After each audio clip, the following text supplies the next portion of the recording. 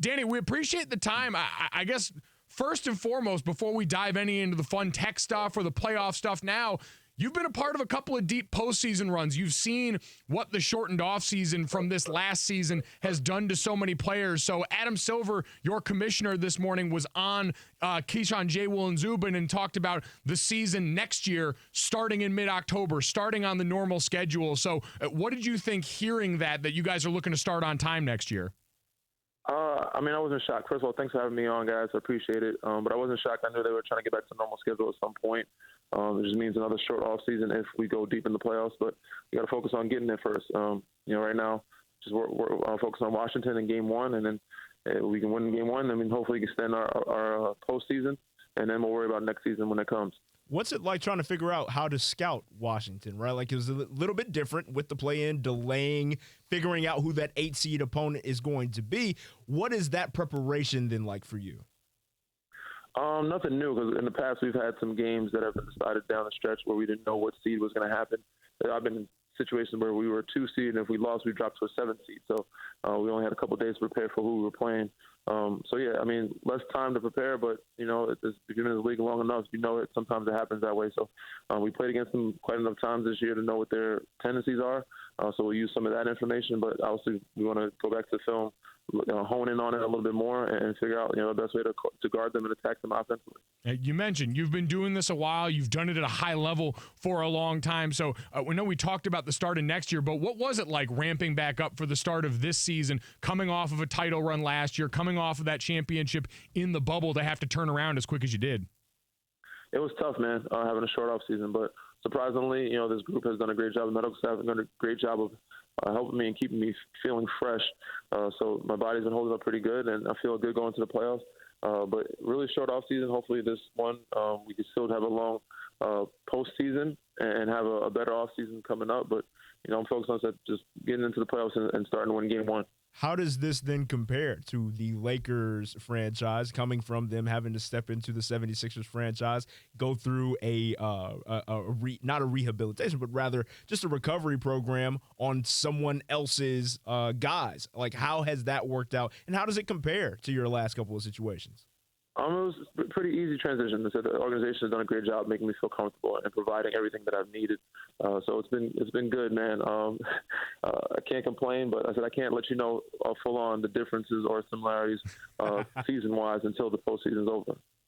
Talking to Danny Green with us here, 76ers guard on the Goodyear Hotline as he gets ready for this postseason run. And I've heard in the last couple of days a lot of interviews from some of the younger guys on the team, Matisse Thybulle and some of these dudes, looking up to you and talking about the impact you've had on this team. So what's the transition been like becoming an NBA old head right now? Because when you got all these young guys saying you're the one taking them under your wing, it feels like you've ascended to that status now. He is a bit different, man. It's weird for me, but those guys hype me up. They take good care of me. They give me good credit in the media, even though they're a lot better and ahead of the game. Far when I was younger, they're far ahead of me. But yeah, I had some experience with it in Toronto. We had some younger guys there, so it helped. And being around so many vets in LA, it helped me to be able to learn how to teach these young guys.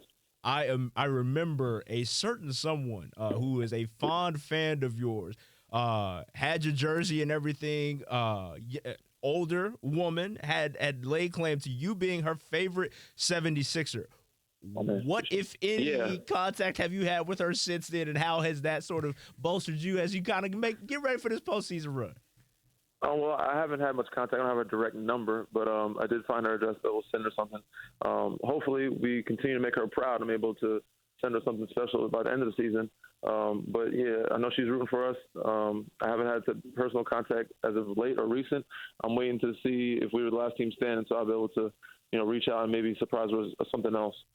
Danny Green with us here on the Goodyear Hotline, focused on the task at hand here before we start doling out any of the good stuff. And you understand that focus. You've been a part of the last couple of championship runs. You've been there with big-time stars like Kawhi Leonard, like LeBron James. And so as you get ready with this group now, we know Joel Embiid's a finalist for the MVP. Ben Simmons is one of the best young defenders and guards in the NBA. How do these guys compare and contrast with some of the other marquee stars that you've been fortunate to play with along your journey? They're very special, man. They have the talent, just starting to mature. but they impact the game on both ends of the floor, which is what we're going to need in the playoffs. So I expect fully that Ben's going to be that defensive player of the year that we need him. Joel's going to be that force in the paint for us offensively and defensively, and they're going to carry us to where we need to go. Danny Green joining us here on Chiney Golic Jr. Danny, so this NBA championship ring NFT powered by Portal, it has been the wave NFTs have as of late. And what is your involvement with this specific one? Yeah, I got an opportunity to partner with Portal and New Renaissance. They've done a great job of making things easy for me. It's a digital replica, not exact replica, but a version of the ring.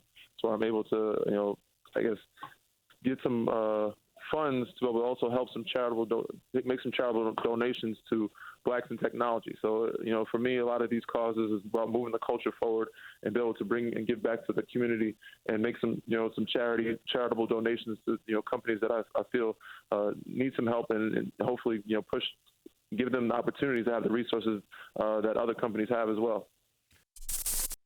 Thanks for watching ESPN on YouTube. For live streaming, sports, and premium content, subscribe to ESPN+.